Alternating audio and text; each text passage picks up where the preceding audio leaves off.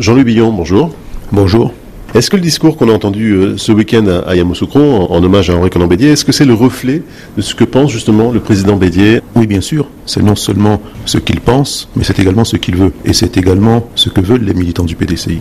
Durant les rencontres de Yamoussoukro, nous nous sommes adressés aux militants du PDCI pour leur dire notre feuille de route pour 2020.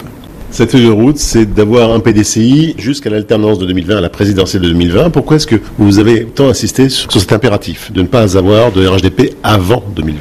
Non, il ne s'agit pas de ne pas avoir de RHDP avant 2020. Nous sommes au sein de la coalition RHDP. Le RHDP est une coalition de partis autonomes. Là où nous divergeons, c'est que nous disons la question du parti unifié interviendra après l'alternance de 2020. C'est une autre étape.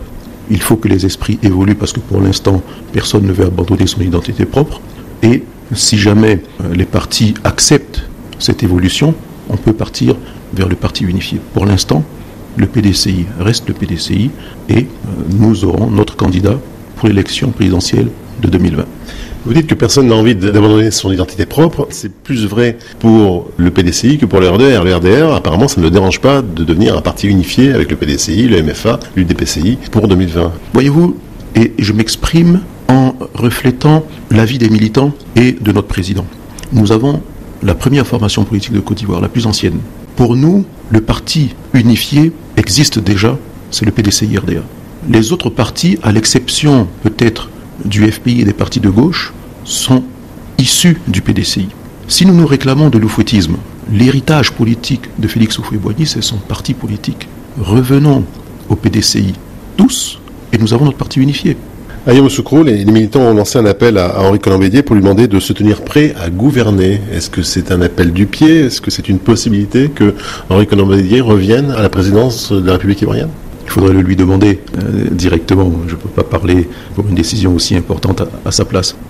Le cercle proche des deux présidents, Alassane Ouattara et d'Henri Konan Bédié, affirme que ceux-ci, en 2015, se sont jurés de ne pas aller aux prochaines élections présidentielles en 2020. Est-ce que c'est exact? Est-ce que ça veut dire que donc le prochain président en 2020 ne sera ni Bédié ni Ouattara?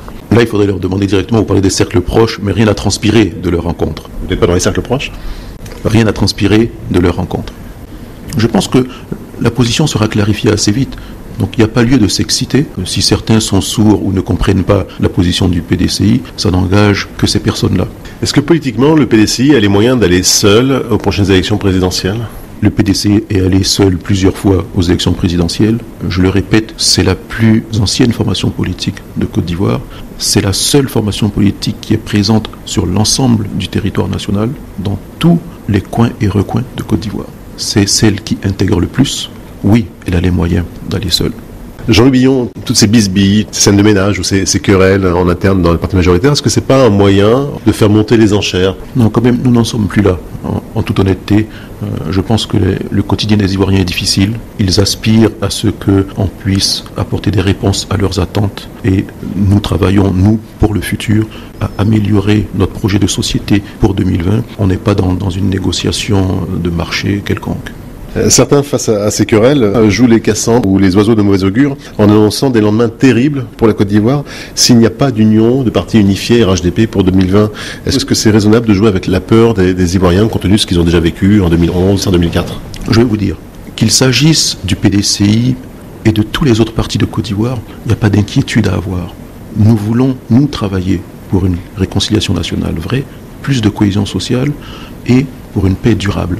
Nous allons le faire avec l'ensemble de nos partenaires politiques et, comme le disait le président Henri Konan Bédié, nous souhaitons une démocratie apaisée. Les querelles politiques existent dans toutes les démocraties du monde.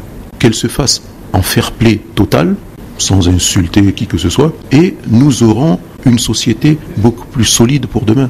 Vous parlez de fair-play, pourtant on a entendu certains cadres du RDR vous traiter de politicien de salon, dire que Maurice Guikawe, qui était avec vous à Yamoussoukro, était un homme du passé, ça c'est pas très fair-play? Oui, mais c'est pas grave. Ils perdent leur sang-froid, c'est tout. Et puis, nous avançons. Quand ils sont à court d'arguments, ils vont un peu plus bas, mais ils vont se reprendre. Je n'ai aucune inquiétude là-dessus. Nous sommes tous des Ivoiriens, on se connaît tous. Chacun doit avoir ses idées politiques, l'idéologie de son parti, et c'est ce débat qui fait avancer les choses.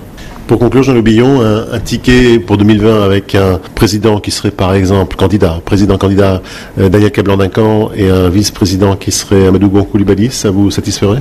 Il appartiendra aux militants et aux instances du parti de déterminer quel sera le ticket pour 2020.